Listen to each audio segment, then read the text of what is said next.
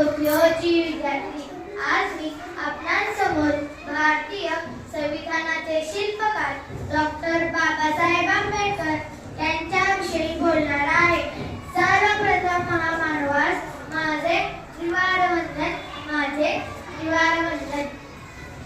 Doctor Babasaheb Ambedkar यांचा जन्म 14 April 1891 रोजी मध्य प्रदेशातील मऊ येथे झाला। त्यांचे पूर्ण